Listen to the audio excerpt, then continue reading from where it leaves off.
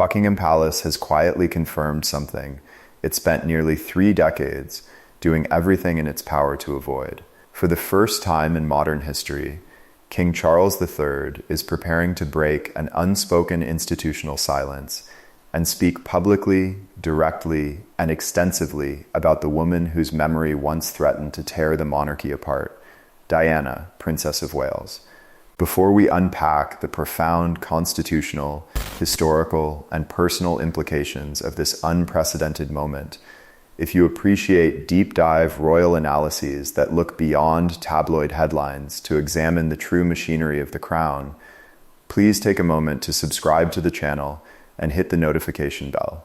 Your support allows us to continue delivering these exhaustive, evidence-based investigations. Now, let us examine what is taking place behind palace gates. Sources briefed directly on the upcoming royal schedule confirm that the king is preparing a major formal reflection addressing the partnership that began 45 years ago.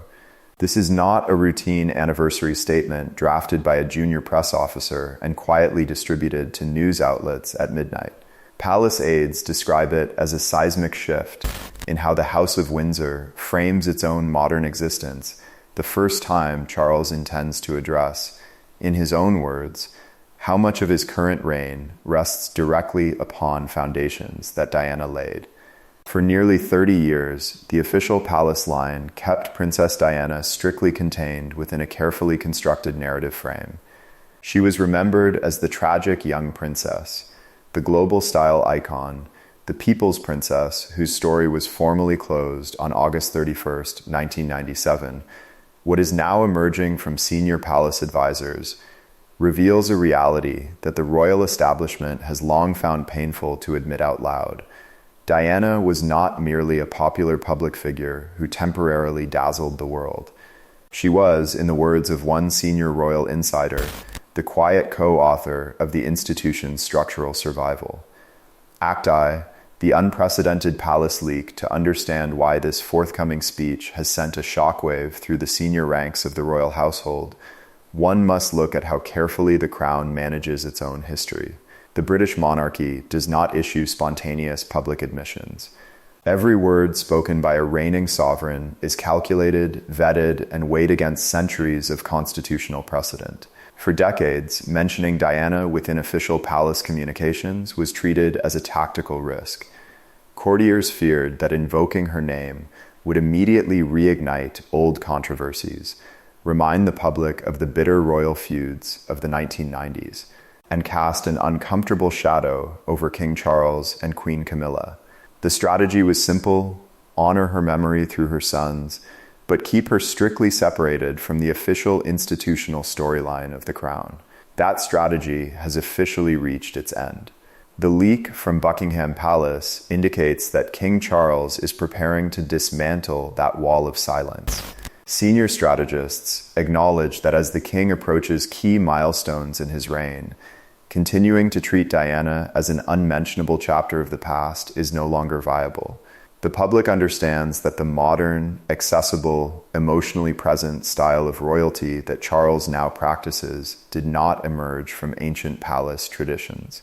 It was forged in the fire of the 1980s and 1990s by a young woman who refused to obey the traditional rules of royal distance. By preparing to acknowledge Diana not as an adversary or a tragic memory, but as an architect of the modern crown, Charles is undertaking one of the most significant narrative reconciliations in modern royal history. Act 2. The blueprint of 1981 warmth as strategy. The origin of this transformation began on July 29, 1981. An estimated 750 million people across the globe tuned in to watch 19-year-old Lady Diana Spencer step out of the glass coach at St. Paul's Cathedral to marry the heir to the British throne, to the official palace machinery.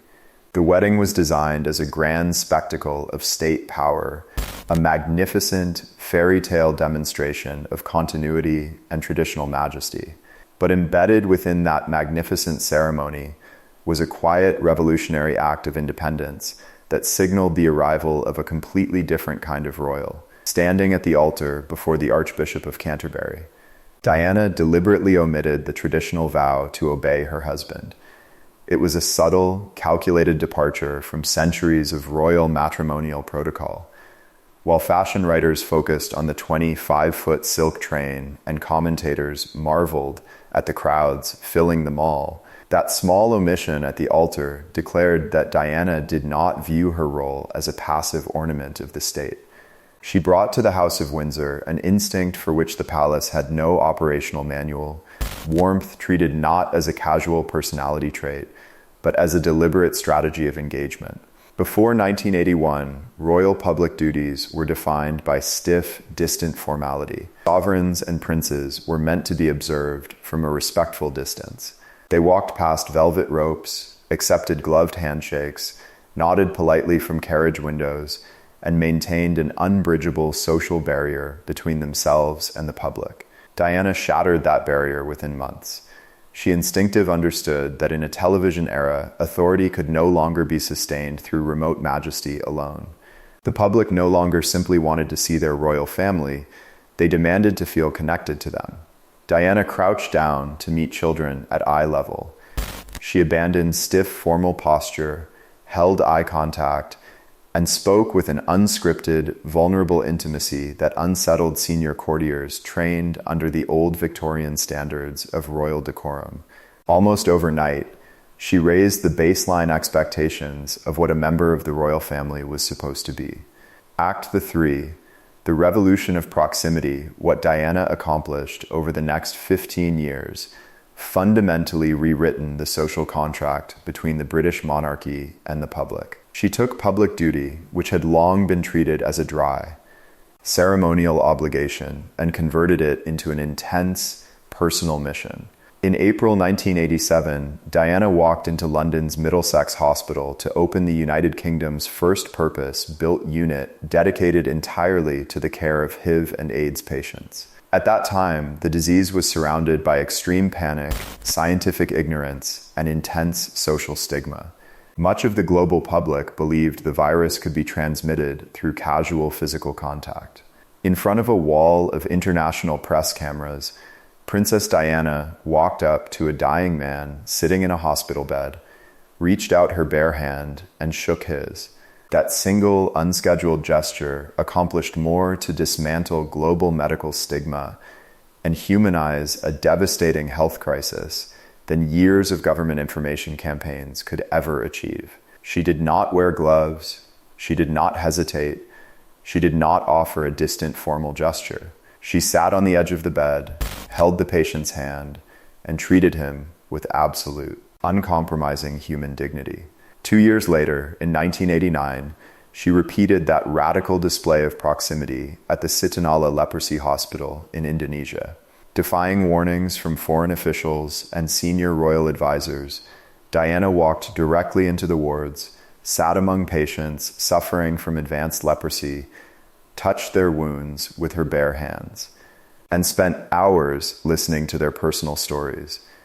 According to records published by royal biographers and press outlets, senior palace officials privately viewed these appearances with intense anxiety. They argued behind closed doors that these visits were too raw, too emotionally volatile, and dangerously removed from the dignified, neutral distance traditionally maintained by the crown. Courtiers feared that by immersing herself so deeply in controversial, painful human crises, Diana was degrading the majestic mystery of the monarchy. They failed to understand what Diana had grasped intuitively. A monarchy that exists solely on pristine palace balconies will eventually become an obsolete relic.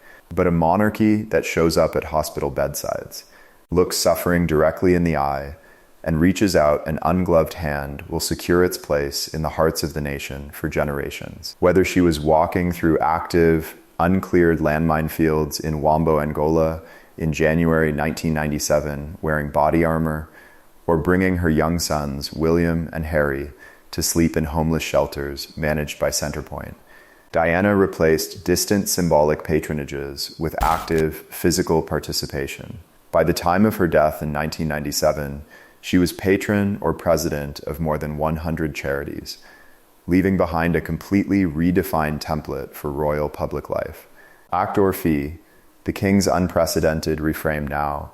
In 2026, details emerging from Buckingham Palace indicate that King Charles III is preparing to formally incorporate that exact template into the official narrative of his own reign. According to palace insiders, the King's upcoming reflection will directly attribute many of the defining features of his modern monarchy to Diana's early innovations. The informal dress codes now routinely adopted by senior royals, the walkabouts where royals mingle closely with crowds without barricades, the eye-level conversations, and the compassionate physical approach to public engagements are no longer being framed as simple modern adaptations. They are being recognized as the enduring methodology created by Diana between 1981 and 1997. This reframe represents a profound intellectual shift for the institution. For nearly 3 decades, palace communications treated Diana's extraordinary public impact as a rare,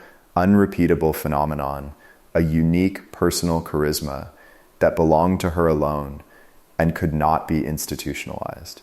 By preparing to speak publicly on her legacy, Charles is reframing her work as an institutional turning point.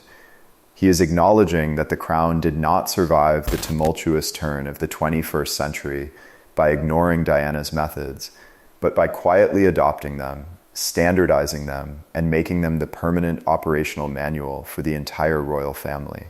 The speech reportedly goes even further. The King is expected to trace a direct line from Diana's landmark 1987 AIDS visit to the exact way the royal family engages with complex social issues today. When Diana shook the hand of an AIDS patient, she proved that the crown could use its immense public visibility to shine a light into the darkest, most stigmatized corners of society. That exact logic is precisely what underpins Prince William's groundbreaking work on mental health, male suicide, and systemic homelessness today. The willingness to engage directly with raw, uncomfortable human realities rather than remaining safely confined to ribbon-cutting ceremonies is the direct legacy of the revolution Diana started. Act V, Prince William and the silent masterstroke, perhaps the most remarkable detail surrounding this upcoming royal reflection, is the secret role played by the heir to the throne, Prince William. Sources close to the planning indicate that this tribute was not solely initiated by King Charles. Reports reveal that Prince William has been privately involved in curating the structure and message of his father's upcoming address. Working quietly behind the scenes with senior advisors, William has helped craft a narrative that bridges his father's historic stewardship of the crown with his mother's revolutionary humanitarian vision. In doing so, Prince William is accomplishing something extraordinarily sophisticated. He is positioning Diana not as a tragic, disruptive footnote to Charles's life, but as a philosophical co-architect of the modern British monarchy.